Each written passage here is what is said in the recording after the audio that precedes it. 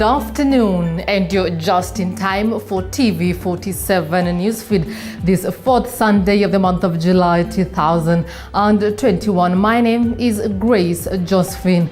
Now we start off with a rather sad story where 13 people have died while allegedly siphoning fuel from a petrol tanker that overturned and exploded along the Kisumu-Busia highway. The fire broke out from the tanker that was involved in an accident on Saturday night near Owings Gotv Secondary School and left several others injured.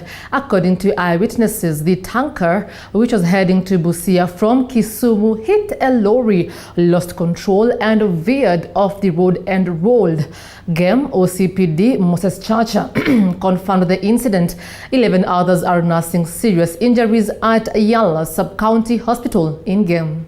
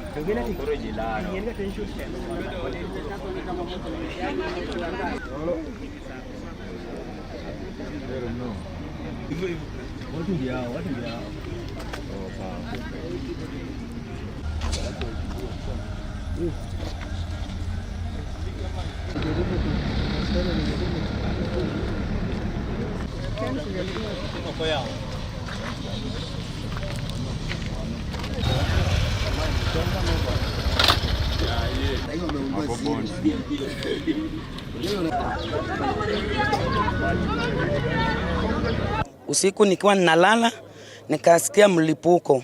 Kuamka kukimbia nikuje nikakutana na wenye walikuwa wanachomeka wakikimbia. Watoto, wamama, wakina baba wakikimbia. Kukimbia kuja kufika hapa tukapata gari inaungua hapa na watu wengi walikuwa hapa wenye walikuwa wanachomeka. Saa wenye kuzima moto wakuja kuzima hiyo moto kuangalia hii line yote, kulikuwa na watu wenye walikuwa wamechomeka, wakina mama, wakina watoto, wakina baba, wengi walikuwa wamechomeka hapa hiyo usiku. Ikifika around saa 10:30 hivi kilekea saa 11 wakabebwa wakatolewa hapa wakapelekwa mchari. Sasa hivyo tu ndo nikaenda nyumbani, ndo nimerudi saa hii nikapata hakuna saa mtu. Hivyo ndio yenye ilikuwa usiku. Hatungeweza kujaribu kuwaokoa juu kulikuwa na mlipuko kubwa. Hiyo moto ilikuwa mingi venye hatungeweza kufikia wenye walikuwa wanaungua hapo. Sasa tulikuwa tu kwa umbali kidogo. Moto ilikuwa kubwa sana, hatungeweza kufika karibu. Na kulikuwa na watu walikuwa wamechota mafuta ya kwanza wameenda. Wale walirudi ya pili ndio wale wameungua, ndio wale mafupa ambao mnaona iko mahali hapa. Kuna watu ya pikipiki, kuna wamama na kuna watoto. Watu walisudia hapa kukuja kuchota mafuta. Mwanzo wenye walitangulia kukuja walichota mafuta wakaenda nayo. Kurudi trailer ikalupuka, ilichoma watu. Hapa penye tuko hapa wamama wamechomeka hadi na watoto pamoja na wanaume. Wengine wamesaidiwa wamepelekwa hosi lakini wameumia. Kwa hii mtaro ilikuwa tu group wamesanyana. Hapa nje ilikuwa tu mwanaume mmoja na hapa penye tumesimama ilikuwa mama na mtoto. Na kuna mtu wa pikipiki pia alikufia huko nyuma karibu na pikipiki yake. Our heartfelt condolences to the bereaved families. Now on to a little bit of politics. A section of youth leaders from the Rift Valley who support Deputy President William Ruto's UDA have faulted the decision by President Kenyatta's allies to kick out party leaders over the recent Kiamba by-election. The youth say the decision to kick out Party Secretary General Raphael Tuju and Vice Chairman David Murathe is too late. Kiani lawmaker Kanini Kega called on party members to kick out some of the party officials over the recent failure by the party to clinch the Kiamba by-election. Jubilee lost to the UDA. Good afternoon, all viewers. My name's Arluk Langat, in bracket, bottom up. Saa leo tukiwa hapa, tumekuja kama Hustler Nation na vijana kutoka bonde la Ufa. Na hapa, katika hii Hustler Nation, propaganda imekuwa mingi katika siasa, katika uchumi wa Kenya, kila kitu imewekwa propaganda. Lakini sisi kama vijana wa hustlers, na sisi wenyewe hustle, na tunaomba kuwa hii chama chetu cha UDA ambao iko na mwelekeo na msingi na nafasi ya kila mwananchi, ambao hatuwezi tukaangalia ukabila, unatoka ukabila gani ama ni wa mrengo gani.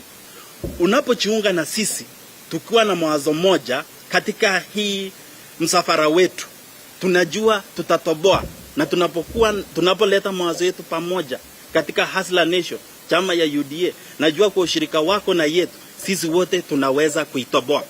Kwa sababu unasikia kuwa tuliposema chama ni UDA, tukasema mostly tunaanzia chini kukuja juu. Saa hii tunaangalia kama katika maisha yetu ya wananchi, kitu ya maana ni afya kwa hustler. Hustler asipokuwa na afya hawezi akahustle. Ama namna gani? Hawezi akahustle. Saa hii tunaangalia hustlers wengi mashamba zao zimeuzwa ili wakaramie upande wa hospitali. Na ukiangalia hata kama wanalipia mambo ya NHIF, hiyo pesa haitoshi. Sasa ndio tulikuwa tunasema tukikuja pamoja tuongee kama ma-hustlers na tuanzie pale chini, tunaweza suluhisha na tuone upande wetu wa serikali ambao inakuja, ambao saa hii tunapigania debe William Samoei Ruto, ndiye naibu wa rais saa hizi. Lakini tunajua kwa matarajio na mapenzi ya Mwenyezi Mungu, lazima Mungu atamsaidia mpaka afike pale. Afya ndio nimesema kwa sababu ni kitu ambacho imekuwa ugonjwa mingi ambao imesumbua ma-hustlers katika nchi yetu. Ya pili, tunaangalia upande wa biashara. Hakuna kijana yeyote katika mji huu ambaye anaweza wekeza biashara ili aweze akafaulu. Leo umemaliza shule, vijana wengi katika hii Nairobi wamehitimu vyuo vikuu, lakini ile kazi wanafanya hata haiambatani na ile kitu walisomea. Ndiposa hustler, kiongozi wa hustler akasema vijana kama hao katika serikali ambao tunaenda saa hizi wako na nafasi wa kujitetea ili tuweze kusonga mbele wote pamoja. Na ni hayo tu, na ninasema karibuni kwa hustler. Na hustler haiwezi ikabahatisha, na hustler ikiwekelea kichwa imewekelea. So kila mtu yeyote pahali ulipo, linda kura yako. Kumbuka hustler venye watu wa Kiambaa walifanya na wakatuonyesha umoja kwa vijana, kwa wamama, kwa wazee na watoto. Wakatuonyesha tuko pamoja. Na hii safari tunaomba tuwe pamoja hadi tufike mwisho. Karibuni kwa hustler na mtunge mkono kama hustler. Asanteni.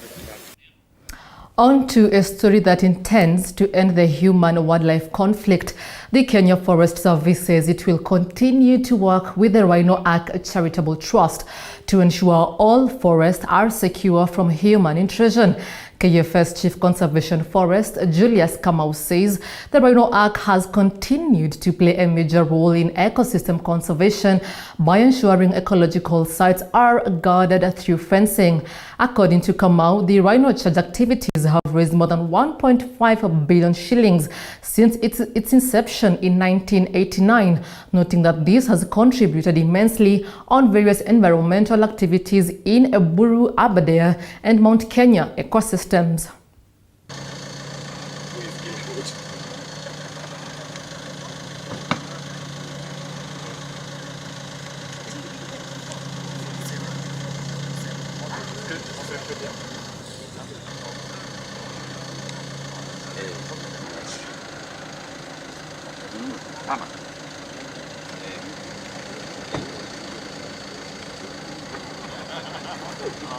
Charge has been able to raise from 1989 to today is about 1.6 billion Kenya shillings. They have gone in to protect and construct a fence of about 650 kilometers of conservation line. That is Aberdare, Mount Kenya, and also Eburu.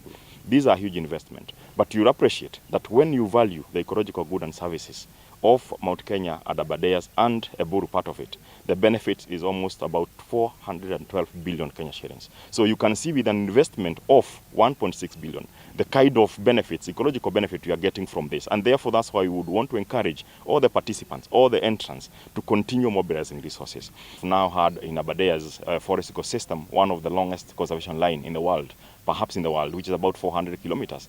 And it has assisted in the regeneration. Elsewhere in the North Rift, leaders from Turkana, West Pokot, Elgeyo Marakwet and Baringo counties have met in Lodwar for a 3-day conference to resolve the frequent attacks by cattle rustlers that has shaken the stability of the region. According to Turkana County Deputy Governor Peter Lotedhiro, the leaders have resolved to put in place special strategies to ensure long-lasting peace in the area. Elgeyo Marakwet and Baringo, we have a big challenge where, a few bandits are causing problems along the Kerio River in our border with Baringo all the way to Koloa. We've been having that serious problem, and to us, this is not more. It's not more on the community side. It is about criminals whom we have to take into account, have them arrested and taken to court. We cannot blame the whole community because of 5 to 10 cattle rustlers who are trying to make some money out of it. Leo na katika hizo harakati tulikuwa tumeziuliza watu ni shida ambazo zinawakumba katika hali za maisha yao ya kawaida, na maelezo yao yamejumlisha katika hii kitabu ambaye leo tumezundua, ambaye kwa wengi ilikuwa inaangazia changamoto za amani katika hii area za bonde la Ufa, hasa county za Samburu, Turkana, Baringo, West Pokot, Elgeyo Marakwet na Turkana. Serikali kwa hizi fanya kazi peke yao bila county government na wananchi wa sehemu hizo mbalimbali ili kuleta amani. Na tumeona pia kwamba wananchi wako tayari kuleta amani kwa sababu wameona bila amani hawana maendeleo. Tumewahi kuongea na tumeamua kuchukua nafasi, a few steps, kuhakikisha kwamba amani idumu katika counties ya Baringo, West Pokot, Turkana, Samburu na Elgeyo Marakwet. On to a little bit of politics. Mwingi Central Member of Parliament Gideon Mulyungi has maintained that Wiper Party will not support ODM leader Raila Odinga for president next year. According to Mulyungi, it is time for Odinga to reciprocate the support and back one of the NASA core principles. The Wiper legislator has also accused Odinga of betraying the NASA coalition that has since disintegrated to form One Kenya Alliance. Kama hakuna chama ingine ni chama ya wenda wazimu peke yake. So tukisonga na mbele, sisi tumejipanga na kinara wetu ambaye anangombea urais ni Kalonzo Musyoka, because sisi kama jamii ya Wakamba tumesaidia jamii zingine mingi kitambo. Tumesaidia mzee Moi miaka mingi, tukakuja tukasaidia mzee Kibaki miaka mingi, tukakuja tukasaidia Raila mara mbili, tukaanguka naye mara mbili. Safari hii tumesema hakuna mtu tunasaidia. Tumeamua hakuna mtu tunasaidia, afadhali tuanguke sasa peke yetu. Tumesema hivyo, afadhali sasa kama jamii tuanguke peke yetu, lakini hakuna mtu mwingine tunasaidia. Tunataka tuungane na jamii wengine, kama vile sasa kuna hii kitu tumeanzisha inaitwa OKA. One Kenya Alliance. Tumeanzisha hiyo, na ndani yake iko na kinara wetu Kalonzo Musyoka, iko na Gideon Moi wa KANU, iko na Moses Wetangula Ford Kenya, na iko na Musalia Mudavadi. Na tunauliza pia Raila akuje huko ndani. Pia Raila akuje huko ndani. Ndio sasa tupingane na hii mtu anajiita Asla. Because hii mtu anajiita Asla. We need that force. 15 minutes past the hour, and that report brings us to go fast breather. Don't go too far away, as we'll be right back.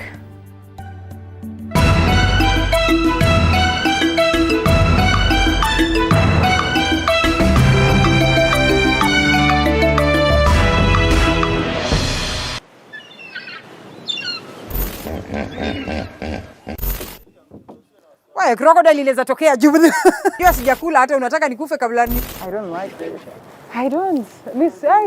Kai na hipo ikitokelezea ivuruche simu yangu. No, ni sawa.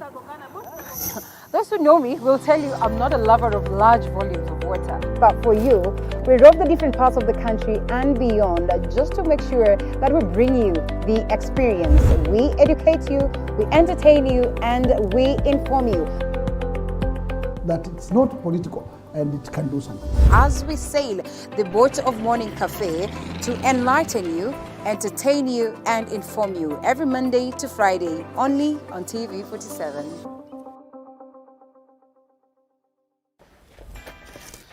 Woo. Construction can be quite a task, but how do you move from finding your piece of land, sourcing the right materials, getting the right labor force to put up your building? Or better yet, how do you source for a building that's already built? Just a small size of land can suit just a big maisonette because you are going high. How do you ensure you get the right finishes to bring out the aesthetic value of your property and make it not only look good, but also feel good? The buyers in this area are the buyers who are able to pay cash. Well, we have it right here on The Realtor on TV47, where we demystify building right here in Kenya and analyze the property industry for you to take advantage when acquiring your next piece of property. Every February,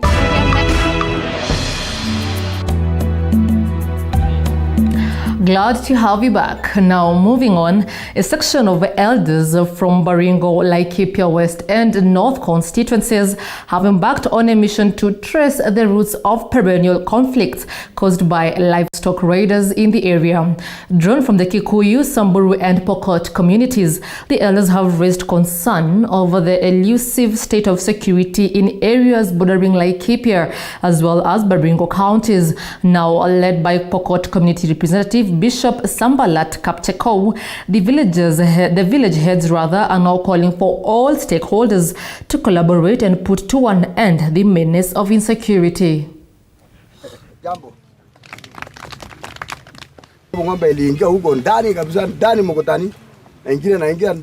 Wafugaji wamefamia shamba hili ambao ni kutoka community ya Pokot pamoja na Samburu, na tumekutana leo kwamba sisi tunaenda kuongelesha wao ili wapate kutoka nje. Tunatilia manani shamba la mwenyewe kwamba hakuna ruhusa wafugaji wafamie ndani bila ruhusa ya huyo mtu mwenyewe, management ya LNC hapa. Ndio tuliamua leo kukuja tuwe mkutano na Wasamburu kwa ndani ya shamba na wazee kutoka pande ya Kikuyu hapa Kamwenje.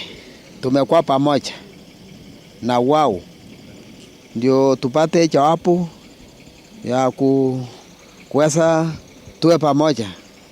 Tunaweza rudi nyuma tuanzie kusema mwaka wa 1998 wakati mavamizi haya yalizidi sana kuja mpaka leo hatujawahi pata pumziko la kutosha. Kwa hivyo ndio imebidi tuangalie ni jinsi gani, mbinu gani na mikakati gani tumiwe ndio tuweze kupata suluhisho. On the future of politics in the next election, a section of youth in Kirinyaga County have formed an alliance to advocate for the rights of the youth and avoid exploitation by politicians in the coming general election. The Kirinyaga Youth Alliance that was launched yesterday brought together 1,000 young people from across the county. Speaking during the launch in Kirinyaga Central, nominated member of County Assembly Joy Lisa Njagi said that the alliance will play a big role in bringing youth together and ensuring that they have one voice in the county. Who can support you great? Today we are making a declaration that as the youth of Kirinyaga, we are going to stand together and stand with our own, and as well as stand with the people who are going to listen to our voices. And those voices are going to be led by the Kirinyaga Youth Alliance. So we are putting together a table for the youth because we are no longer going to be putting ourselves into the table where we are not wanted and yet we are the majority. Sisi kama mayouth tulikaa pamoja tukaangalia ni kiongozi mgani amekuwa na sisi, na huyo kiongozi ni Wangoi Ngirishi. Wangoi Ngirishi amekuwa women rep, kiti ambacho hakina pesa mingi za kufanya kazi mashinani, lakini ametushikilia mayouth, akafanya kazi na vijana na hajai tuonyesha madharau yoyote. What we want is a good governance, we want good leadership, and that's why we are fronting candidate who is going to hear our voice and who is going to listen to us and advocate for the things that we want. And that's why we want to say that Honorable Wangoi Ngirishi really support Kirinyaga Youth Alliance. Crossing borders into some international news, rescue workers searched flood-ravaged parts of Western Germany for survivors as water levels remained high in many towns and houses continued to collapse in the country's worst natural disaster in half a century. At least 180 people have died in the flooding, including some 110 in the Alhauer district south of Cologne. In the Baringo, North Rhine-Westphalia, Germany's most populous state, 45 people were confirmed dead, including 4 firefighters. Hundreds of people are still missing. The flooding has also hit parts of Belgium and the Netherlands. At least 27 people have died in Belgium alone.